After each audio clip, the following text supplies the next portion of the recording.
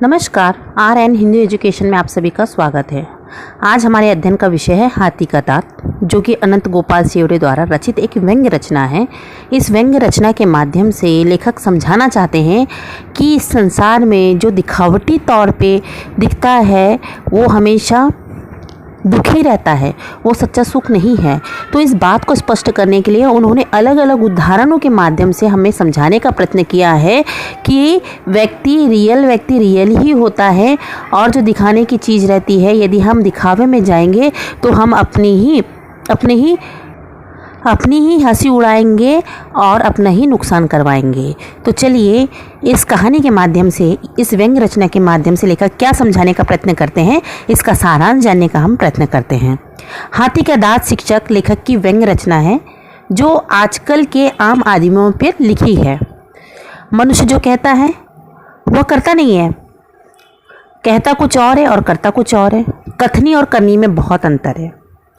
लोगों के सामने अपने आप को बहुत बड़ा समझाना तथा सामने वाले को तुच्छ समझना, यही मनुष्य की प्रवृत्ति रही है। यानी मनुष्य की आदत क्या रही है कि आगे वाले को बुद्धू बताना और अपने आप को समझदार साबित करना, यही मनुष्य की प्रवृत्ति है। हम आजकल अपने आप को एक दूसरे से ऊंचा दिखाने और एक दूसरे को नीचे गिराने में किसी भी तरह की कोई कमी नहीं बरतते हैं। तो वही बताने का प्रयत्न इस कहानी में किया गया है। लेखक का कहना है कि वे अपने एक मित्र के यहाँ बैठे थे। उतने में एक बीमा एजेंट आता है। वह घंटी बजाता है। लेखक का मित्र झांक कर देखता है और कहता है, वही दिलद्दर फिर से आ गया, ना जाने कब इससे पिंड छूटेगा। ऐसे इसके बाप का कर्जदार हूँ। यानी जब लेखक बैठे थे उनके घर पे, तभी एक कर्ज वाला उनके दोस्त के इधर आता है कर्जा मांगने। तब देखिए कि उनका मित्र जो है, उनका स्वभाव, उनका व्यवहार, उनकी प्रवृत्ति किस तरह से बदलती है। उसे देखकर वो उसको दिलद्दर कहता है, ठीक है ना, कि कहाँ से कर्ज मांगने आ गया। और फिर जब वो आता है तो उसके हाव भाव किस तरह से चेंज होते हैं, उसको बताने का प्रयत्न किया है। उसे ही हम कहते हैं कि हाथी के दांत खाने के अलग और दिखाने के अलग होते हैं। तो देखिए, बीमा एजेंट भीतर आता है। मित्र स्वागत के लिए खड़े होकर बोल उठा, आइए भाई साहब, बड़ा सौभाग्य है जो आपके दर्शन हुए। इतने दिन कहाँ थे आप। देखिए कैसे उसके राव रंगत बदल गए, कैसे उसका व्यवहार चेंज हो गया। मुझे अपने मित्र के इस नाटकीय परिवर्तन तथा पाखंड पर गुस्सा भी आया, पर बाद में पता चला कि वही बीमा एजेंट का सबसे बड़ा भाई मेरे मित्र का उच्च अधिकारी है। यानी उसका जो मित्र है, उसका जो वो है बॉस है, वो उसका उच्च अधिकारी है, ठीक है। अपने भाई के प्रभाव का उपयोग करके इस एजेंट ने 10-20 लाख का बिजनेस पीट लिया था।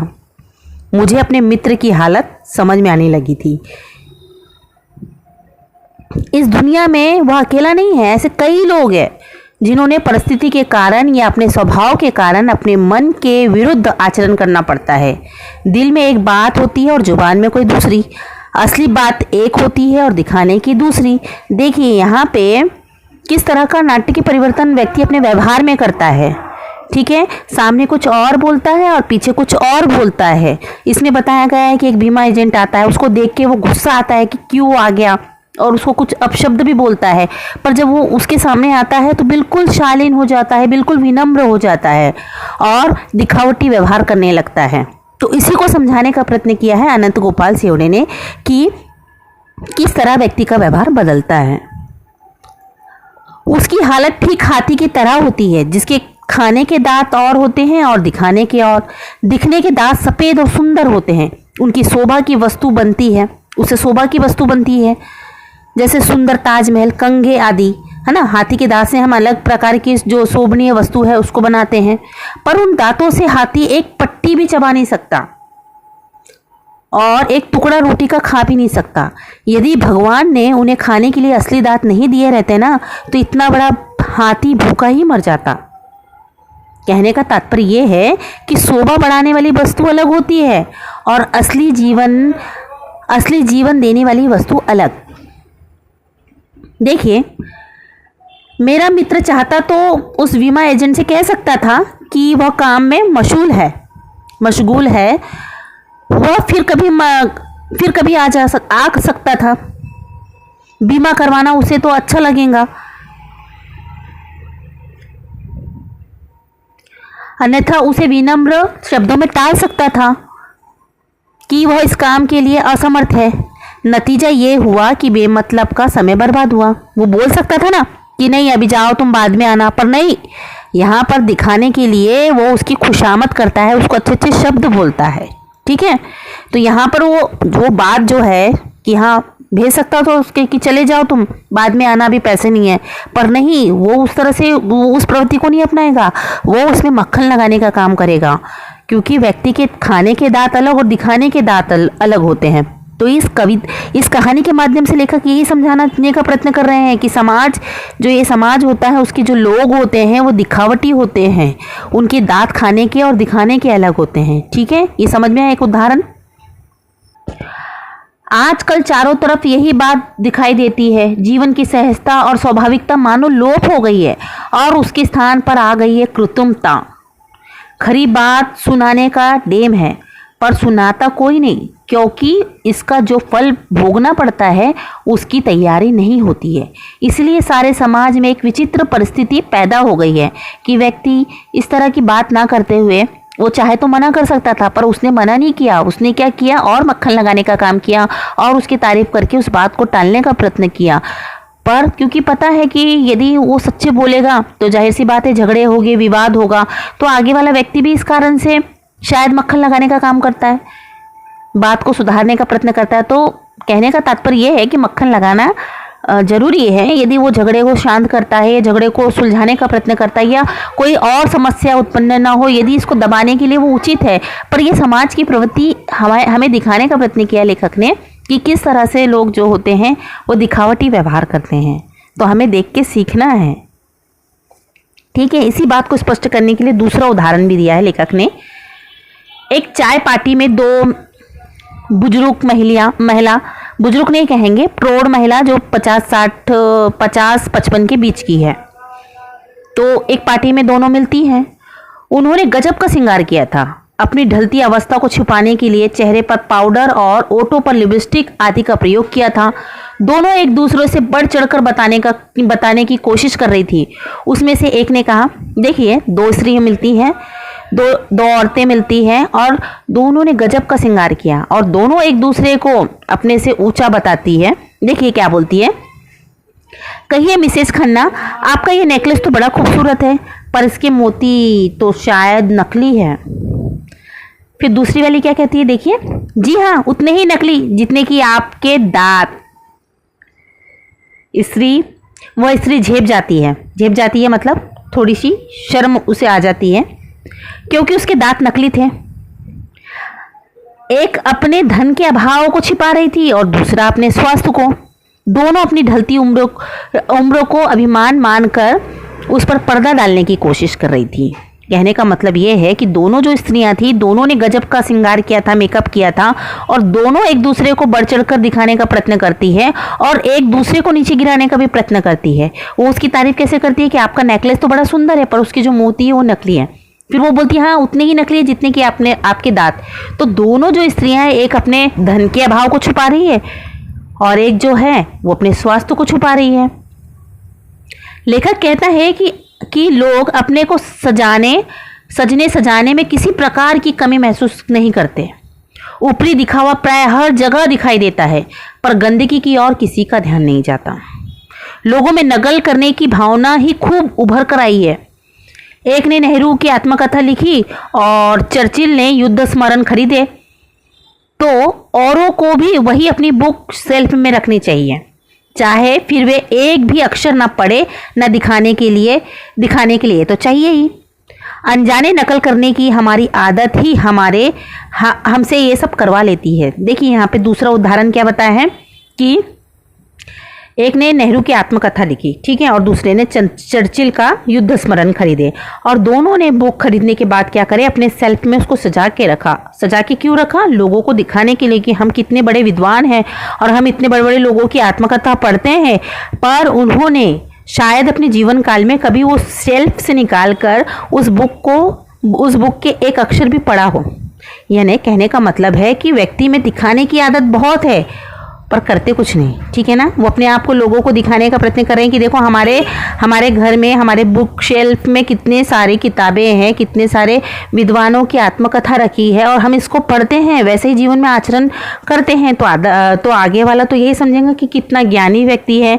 पर उनको क्या पता कि ये जो किताबें भरी रखी है उसको उस व्यक्ति ने कभी एक शब्द भी और एक अक्षर भी पढ़ा ही नहीं।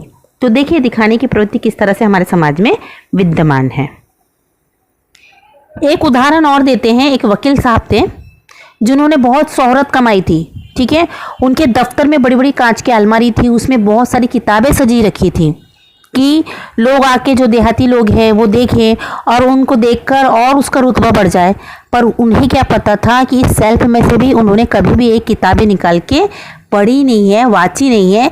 ये जो ज्ञान है सिर्फ दिखावटी है, सिर्फ दिखाने के लिए है। तो लेखक ने अलग अलग एग्जाम्पल के माध्यम से बड़े अच्छे से समझाने का प्रयत्न किया है। पहला एग्जाम्पल उन्होंने बीमा एजेंट का दिया, दूसरा एग्जाम्पल उन्होंने 2 स्त्रियों का दिया और तीसरा एग्जाम्पल जो है वो जो मोटी मोटी किताबें रखते हैं किंतु उसको पढ़ते नहीं हैं उसका एग्जाम्पल दिया। फिर एक एग्जाम्पल इसी से संबंधित है, वकील का एग्जाम्पल दिया कि वो मोटी मोटी बुक जो है, किताबें हैं, वो अपनी अलमारी में सजा के तो रखते हैं किंतु उनको कभी पढ़ते नहीं है और उन किताबों का रोब वो देहाती लोगों पर या उनके दफ्तर में जो भी लोग आते हैं उन पर प्रभाव डालने के लिए उस किताबों को रखा गया है।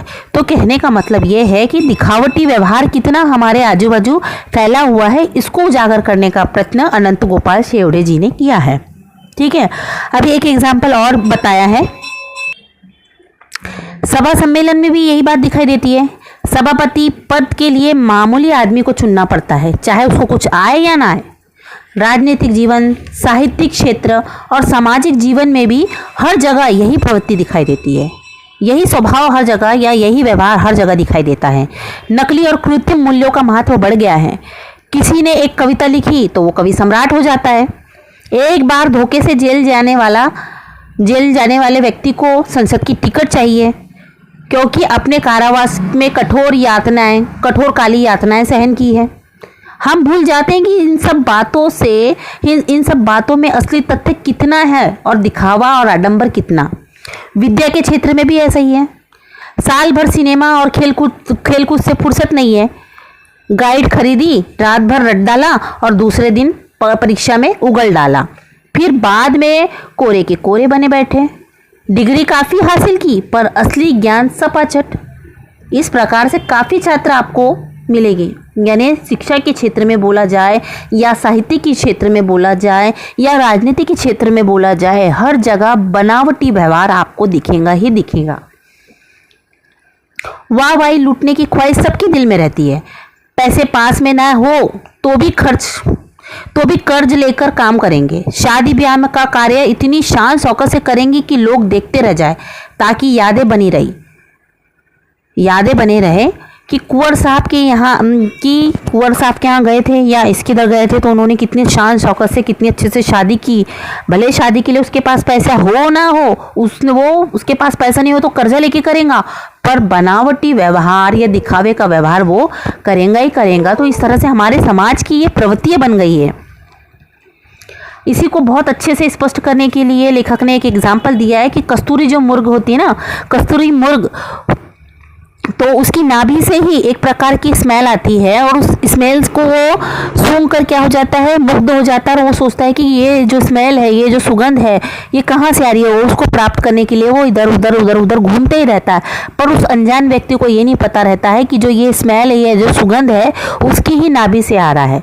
तो इसके माध्यम से लेखक ये समझाने का प्रयत्न कर रहे हैं कि मनुष्य अपनी जो सच्चाई है वो उसके अंदर ही निहित है, पर व्यक्ति क्या करता है, बाहरी दिखावटी के चक्कर में दिखावा करता है और दिखावे में अपने आप को बर्बाद कर देता है।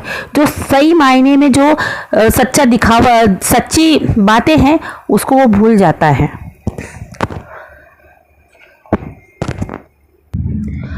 मनुष्य की सारी संपत्ति और सौंदर्य है उसकी मनुष्यता में, मानवता में, बाह्य और कृत्रिम आडंबरों में नहीं। जो उसका दम घोटने लगता है। इन आडंबरों से उसे कभी भी मुक्ति नहीं मिलती। उसके पास असीम संपत्ति है, उन्हीं से पूछ लो जाके कि उन्हें कितनी शांति और सुख मिला। कहने का तात्पर्य है कि व्यक्ति धन कमाने के चक्कर में, सुख शांति संतोष की प्राप्ति में इतना दिखावा करता है, पर क्या सही मायने में उसको सुख मिल पा रहा है? क्या उसको शांति मिल पा रही है?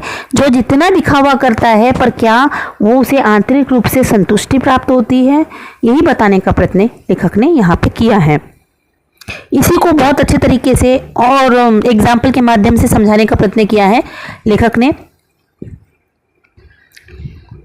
देखिए, गांधी जी का एग्जाम्पल देते हैं कि एक झोपड़ी में रहकर और लंगोटी लगाकर भी गांधी जी ने इतनी विश्वव्यापी वैभव प्राप्त किया है।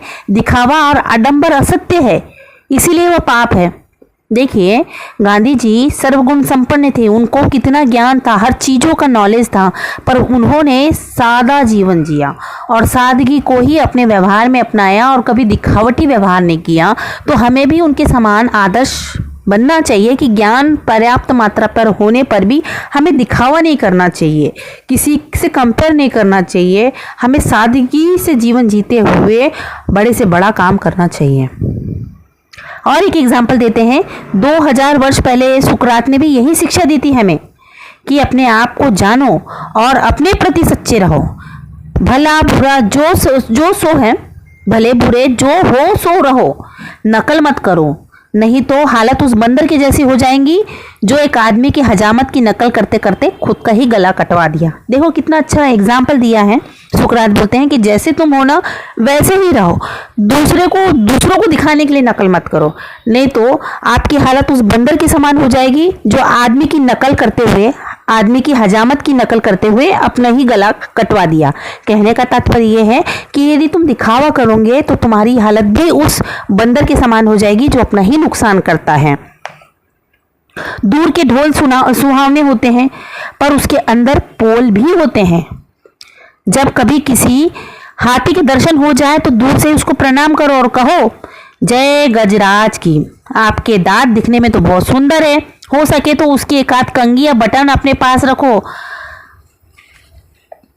भगवान के लिए हमें चलने का आदर्श न सिखाओ। उनके कहते हैं लेखक कि यदि आपको गजराज मिल जाए या हाथी मिल जाए तो उसको बोलना, दूर से उसे प्रणाम करो और बोलो कि हे गजानन महाराज, हम आपको दिखने में आप तो सुंदर हो और देखकर आपके गुणों को भी अपनाएंगे, पर क्या करेंगे कि आप अपने आदर्श पे चलने के लिए मत कहो, क्योंकि आपकी जो दांत है वो खाने के कुछ और दिखाने के कुछ और होते हैं। तो ये जो आपका जो आदर्श है ये हमें मत सिखाओ। सिर्फ आपकी जो चीज़ें बनती हैं आपके दांतों से, उस चीज़ों का हम उपयोग करेंगे, पर आपका आदर्श हम अपने जीवन में नहीं अपनाएंगे। कहने का मतलब है खाने के दांत अलग और दिखाने के दांत अलग। कहने का मतलब हम कुछ जो दिखाते हैं उसको अपने जीवन में प्रयोग नहीं करते हैं और बनावटी जीवन जीते हैं। हम इस तरह का आदर्श आपसे नहीं अपनाएंगे, ऐसा लेखक कहते हैं। तो इस कहानी के माध्यम से हमें समझाने का प्रयत्न किया है लेखक ने कि हम जैसे हैं वैसे ही रहें और अच्छे आदर्शों को अपनाएं, पर दिखावटी बनावटी जीवन को ना अपनाएं, क्योंकि इससे हमारा नुकसान होगा।